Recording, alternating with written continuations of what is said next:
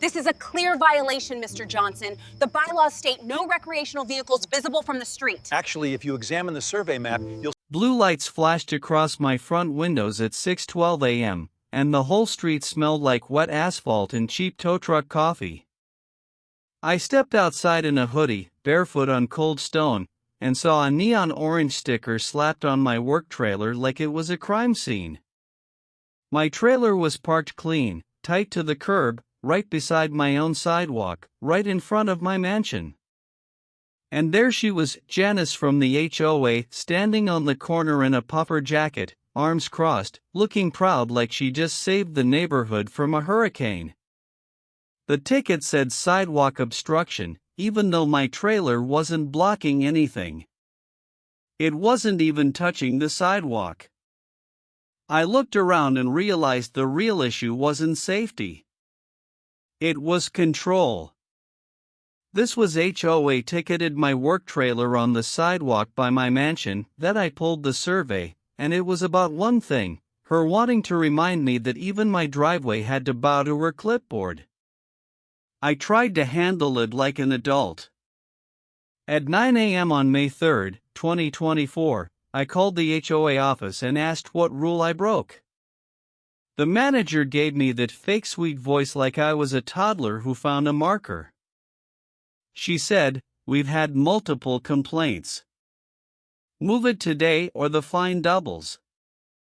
I asked who complained. She said, "We can't disclose that." I walked next door and asked two neighbors if my trailer bothered them. Both looked past me like Janice might be hiding in a bush.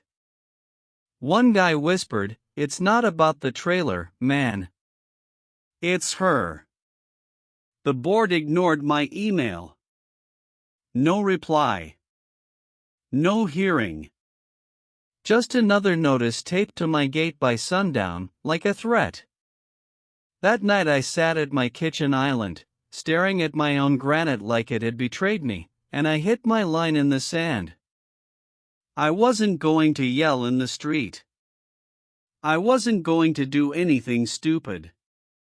I told myself, proper channels only. But I also promised myself I wouldn't let a bored HOA bully decide what I can park near my own home. I lined up photos, emails, and call logs in a binder. Close-ups of the trailer's position. Wide shots showing the clear sidewalk. Time-stamped emails with no response. Then I remembered something my builder mentioned when we bought the place. The sidewalk section out front was a city easement, and the HOA had tried to manage it anyway. That's when I decided I wasn't arguing feelings. I was bringing paper. On May 6, 2024, I went to the county records office like I was going on a secret mission. The clerk slid my request back with a stamp, and 3 days later the file landed with 63 pages.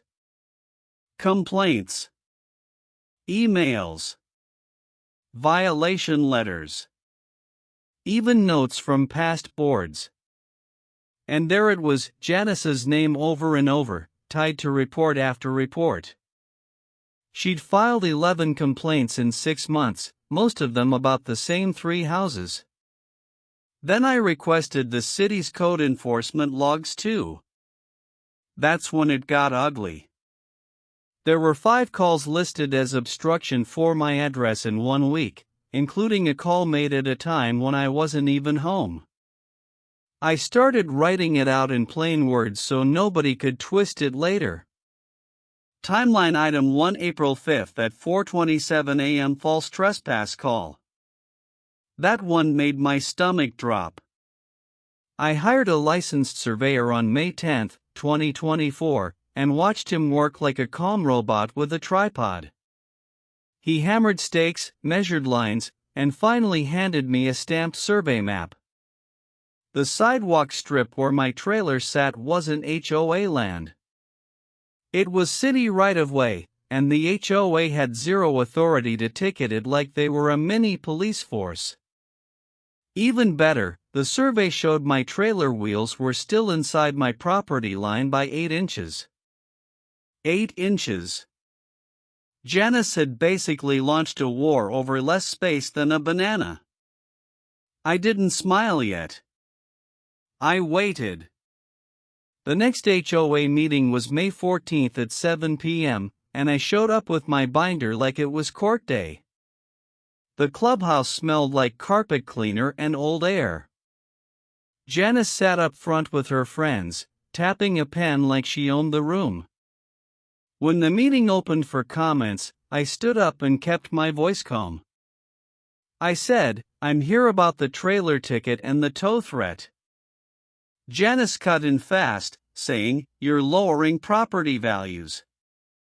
I held up the survey and said, "This shows the HOA doesn't own that strip, and my trailer is not blocking the sidewalk."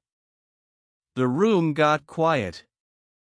Someone in the back snorted. Janice's face tightened. Then I slid copies of the public records across the table and said, "I also pulled the complaint history." 11 complaints, 5 code calls, all tied back to one source. Phones came up. Neighbors started filming. One guy whispered, "Oh, she's done." I added one simple truth, slow and clear: patterns of false reports can be prosecuted. Janice's pen stopped moving. She tried to laugh it off, but the timing betrayed her. The city code inspector was there because I invited him, and he stood up like a teacher who'd had enough. He said the HOA cannot issue city obstruction tickets. He said the tow company had been misled. Then a police officer, also invited after I filed a formal report, confirmed the trespass call was flagged as questionable. Janice's mouth opened, closed, then opened again like a fish.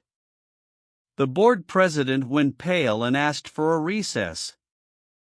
People weren't just watching in the room anymore. By the next morning, a neighbor had posted the clip online with the caption "HOA Queen gets checkmated," and it hit our local community page like wildfire. Comments rolled in. Finally, someone did their homework. We need to audit the board. Janice was trending in a neighborhood full of retirees, which is honestly impressive in a sad way. 2 weeks later, the HOA sent me an official letter. The fine was voided.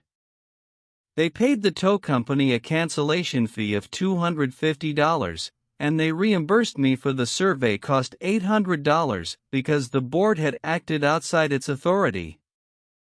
Janice resigned for personal reasons, which made me laugh so hard I choked on my coffee.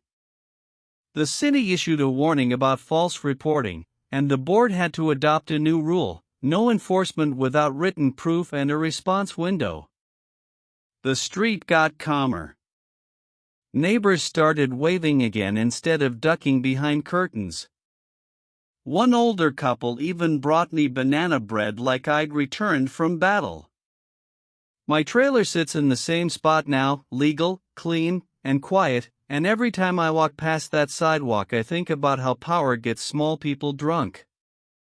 Then I look at the survey stake in my yard and feel warm, like justice can be boring and still feel amazing.